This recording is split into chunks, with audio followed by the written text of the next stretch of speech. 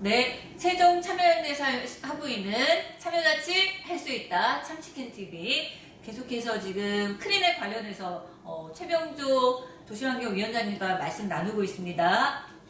네, 그래서 반갑습니다. 네 번째인데요.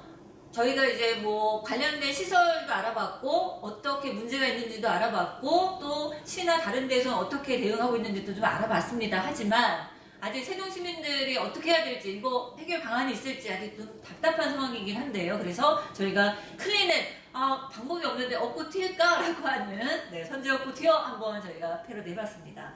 네 번째인데요. 그럼 과연 저희가 이제 도시환경위원회에서 위원장님께서 좀 고민하시는 부분들을 좀 구체적으로 좀 자세하게 이야기를 좀 나눠보도록 하겠습니다.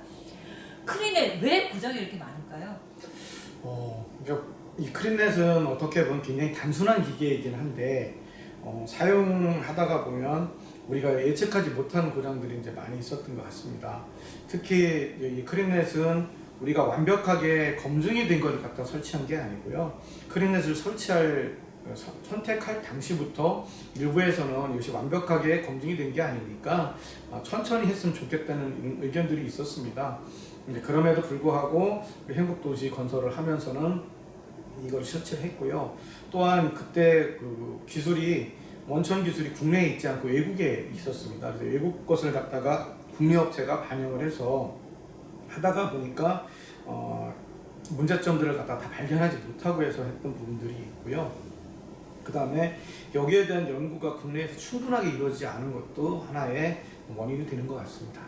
그럼 저희가 어쨌든 기술이나 이런 것들이 국내 기술이나 원천 기술이 좀 마련되어 있지 않은 데에서 성급하게 좀 어떤 선진 기술이라고 해서 도입한 이런 것들이 좀 문제가 있는 거죠? 네, 그렇습니다. 좀 더 충분한 검증이 필요했던 것인데 그런 검증이 안 됐고요. 또 먼저 설치했던 용인 수지 지구에서도 문제들이 발생을 하면서 계속 문제를 제기하고 있는 상황에서도 이런 것들을 갖다 충분히 검토하지 않고 도입한 그런 정황이 많이 있습니다. 네, 그러면은 클린넷을 이제 관리하고 유지하고 보수 이게 좀 어떻게 이루어져야 좀 바람직한지 그것도 한번 궁금한데요. 그러니까 이제 크린넷을 저희가 설치를 하면서 음식물 쓰레기하고 생활 쓰레기를 동시에 한 관로로다가 나누는 것부터 문제가 좀 시작이 됐는데요.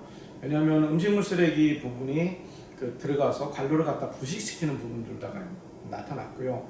또 음식물 쓰레기의 침출수가 크린넷 투입구의 다른 시설에 또 침투해서 녹이 발생하거나 또는 베어링이나 이런 것들을 갖다가 녹이 나서 못 쓰게 돼서 내구연을 채우지 못하고 고장이 나는 일들이 잦아지고 있습니다. 그래서 유지 관리에 있어서는 음식물 쓰레기하고 생활 쓰레기를 좀 분리하는 관로가 필요할 것 같습니다. 지금 이제 6생활권이나 5생활권 일부에는 관로 2개로다가 이제 하고는 있는데 그렇지 않은 1, 2, 3생활권에서도 음식물 쓰레기는 별도 수거를 하는 게 하나의 방법이 될 수 있을 것 같고요.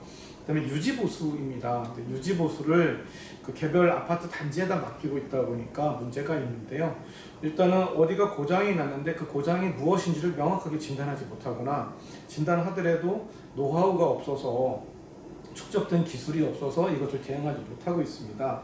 그래서 유지보수에 대해서는 기술 축적을 위해서 공적인 단체나 아니면 공적인 기관을 설립을 해서 운영을 해야 된다고 이렇게 생각을 하고 있습니다.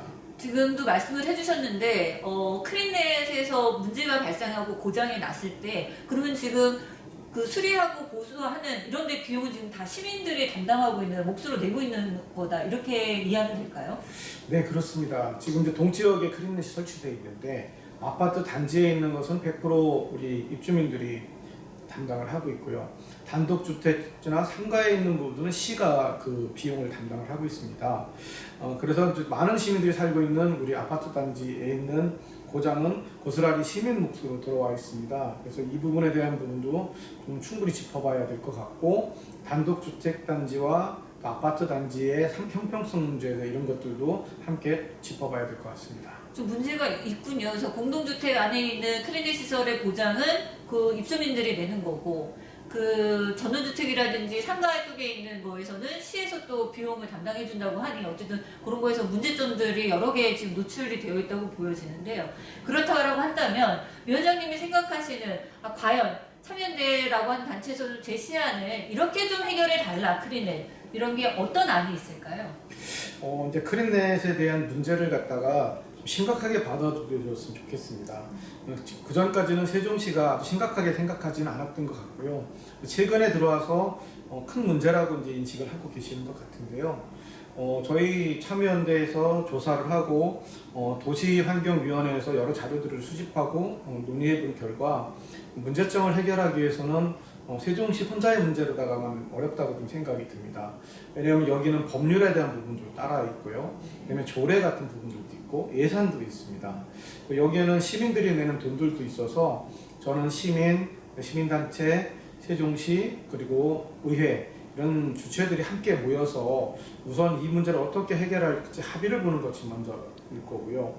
그 다음에는 이제 고장이 자꾸 나고 있는데 이 고장 나는 부분에 있어서도 기술이 축적될 수 있게끔 하나의 기관에서 담당을 하고 시설공단처럼 이런 공단을 거쳐서 해야 될 것으로 좀 생각이 듭니다.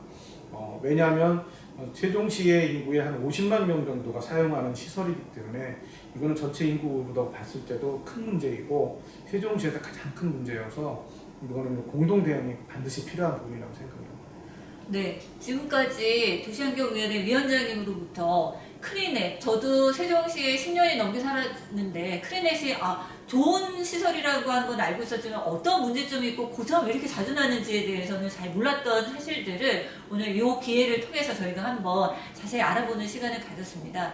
다음에는 크리넷과 관련되어 있어서 그러면은 더 구체적인 해결 방안은 없는지 이런 것들 그리고 모든 세종에 있는 시민들이 궁금해하는 이런 안을 가지고 저희가 또 참치캔 TV로 여러분들 찾아뵙도록 하겠습니다. 혹시라도 궁금하신 게 있으면은 참여연대 저희 참치캔 TV 아래 질문이나 이런 것들 남겨주시면은 또 저희 위원장님께서 같이 답변도 해주시고 할 겁니다. 네, 그러면은 이렇게 해서 순서 마치도록 하겠습니다. 감사합니다. 네, 고맙습니다.